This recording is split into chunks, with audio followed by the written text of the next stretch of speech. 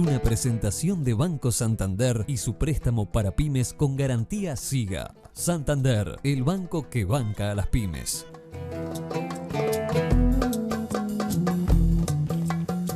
Muy bien, seguimos en La Mira y ahora estamos con Leticia Martínez.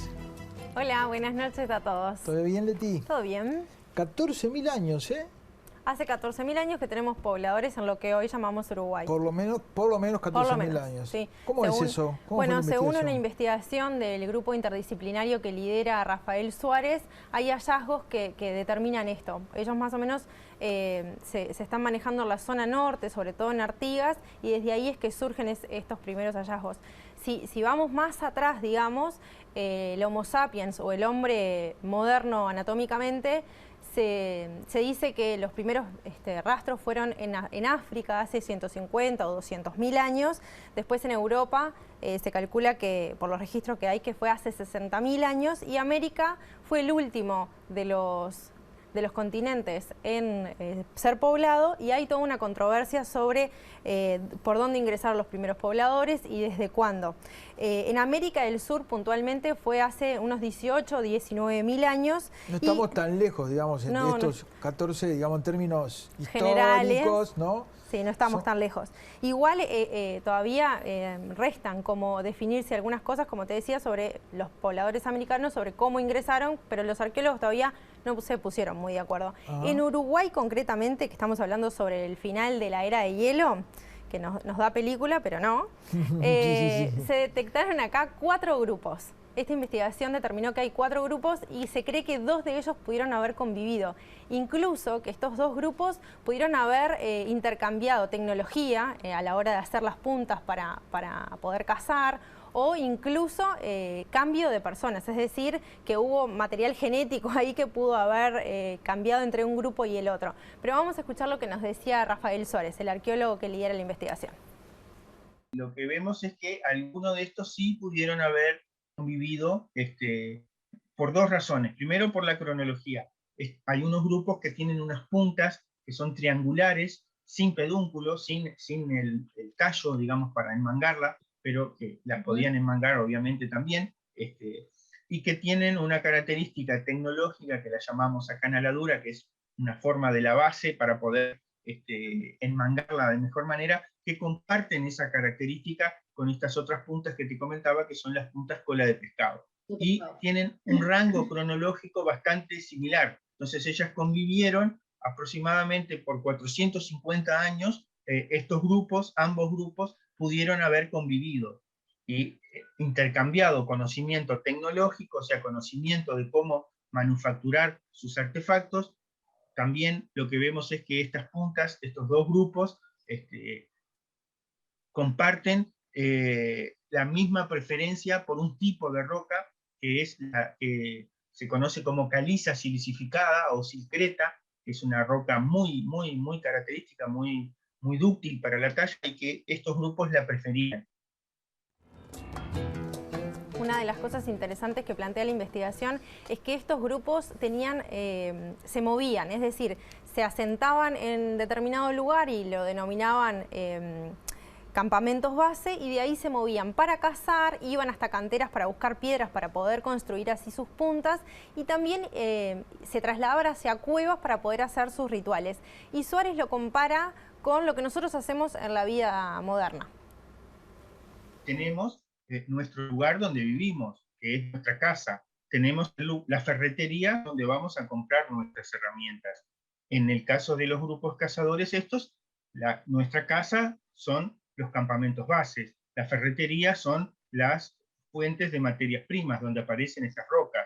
Los sitios de caza son nuestra carnicería, y los lugares donde ellos iban a realizar sus rituales y donde iban a hacer sus experiencias chamánicas vienen a ser como nuestras iglesias. Entonces, lo que hoy nosotros nos movemos en un rango de 4, 5, 10 cuadras en nuestro barrio, estos grupos se movían en rangos de 150, 200, hasta 300 kilómetros.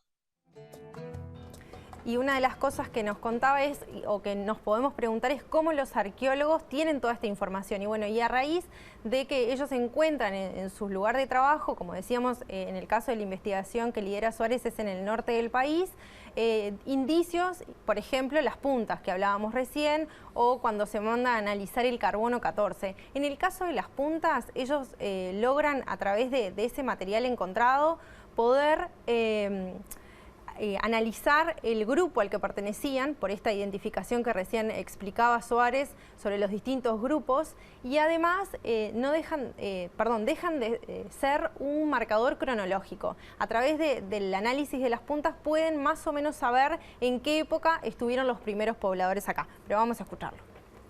Las puntas de proyectil son un indicador cronológico, son una herramienta que nos permite ver la pertenencia, son símbolos y de marcadores de identidad, marcadores de estos grupos, ¿verdad? Porque van cambiando durante el tiempo. Y hemos identificado por lo menos hasta ahora 4 diferentes diseños de puntas de proyectil. Esto que nos decía recién Suárez sobre las 4 puntas, se identifican 4 grupos. Si vemos en la primera placa, uno de los grupos está denominado como cola de pescado, que más o menos se lo sitúa hace 12.900 años y 12.000 antes del presente, y la investigación de Suárez encontraron estas puntas triangulares apedunculadas, que así se denomina a este grupo, que más o menos están en el hace 12.650 años y 9.000. Si vemos en la segunda placa,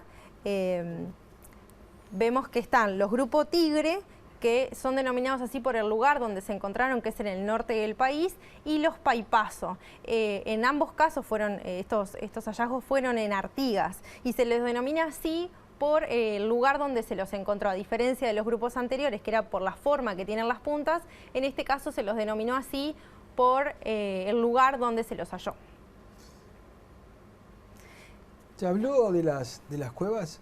Sí, estuvimos hablando, ahora están haciendo un trabajo en las cuevas, y bueno, la importancia de estas cuevas es poder conocer todos los rituales que tenían estos grupos, ¿no? Él me decía que una de las principales o de las cosas importantes que a ellos les gustaría poder encontrar por el tipo de lugar que hay en las cuevas es cómo se mantienen. Por ejemplo, se pueden mantener restos de madera que a la intemperie no, o incluso alimentos, porque son lugares más secos, entonces es propicio el lugar para poder conocer o hallar ese tipo de cosas que a la intemperie no. Yo no sé si hay muchas cuevas o un paisaje que en Uruguay permita que haya muchas cuevas, digo, pero eso de que se quedaran en cuevas daba como cierta idea de un cierto sedentarismo, ¿no?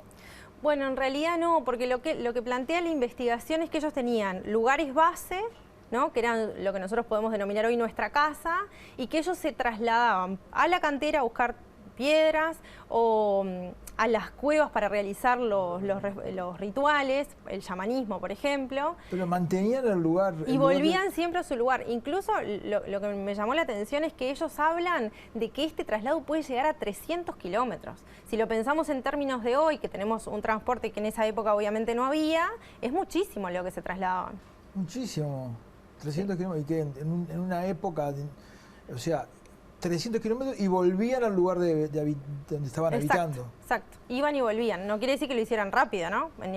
Como nosotros nos podemos trasladar para ir a trabajar en un día. Me llama la atención cómo con pocas cosas arman todo digamos, un escenario, ¿no?, sacando conclusiones y con pequeños hallazgos, ¿no? Sí, si vemos la placa tiempo, la que tenemos ahora con la línea de tiempo, podemos ver ahí los distintos grupos y cómo más o menos quedó cronológicamente armado, digamos, la población según los últimos hallazgos, ¿no?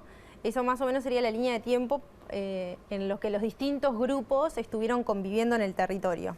Y si, hablando ahora del tema cuevas, Suárez nos contaba la importancia de conocer lo que hay allí. Vamos a escuchar a Suárez.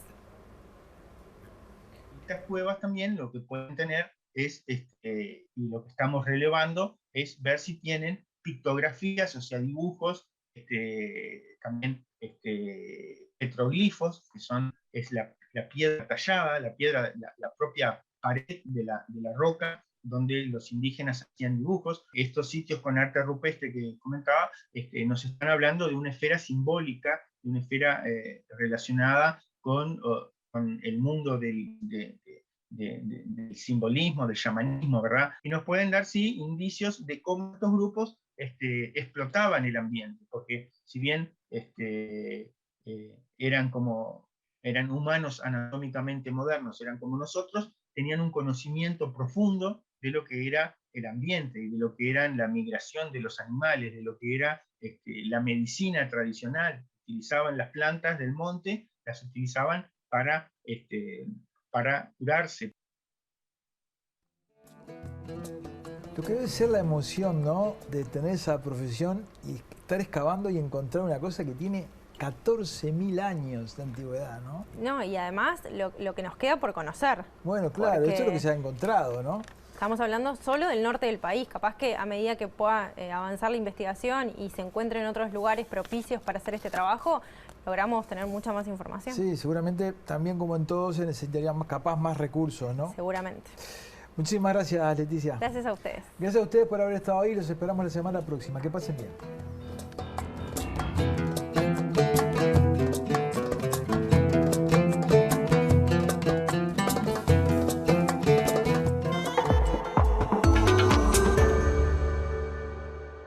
Presentó INCO FNC Cutsa. Pronto, para su préstamo de hasta 500.000 pesos. Pronto, ¿tenés con qué? Seguro Americano. La medicina privada a otro nivel. Catunasí. Terminal Cuenca del Plata. Terminal especializada de contenedores Puerto de Montevideo. Salus. Orgullo de nuestra naturaleza. Casmu. Afiliate por el 1444 o en casmu.com.uy. Casmu. Estamos para cuidarte.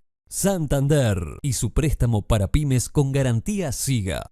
SACEM, 70 años siendo protagonistas de las grandes obras de Uruguay. SWAT, consulta con especialistas sin demoras en Clínica del Estadio de SWAT. Y Plan Inteligente de UTE. Hacé la prueba, entrá al simulador y pasate sin costo. UTE, la energía que nos une. Y Gobierno de Canelones, para el lanzamiento de su plan Hogar Sustentable.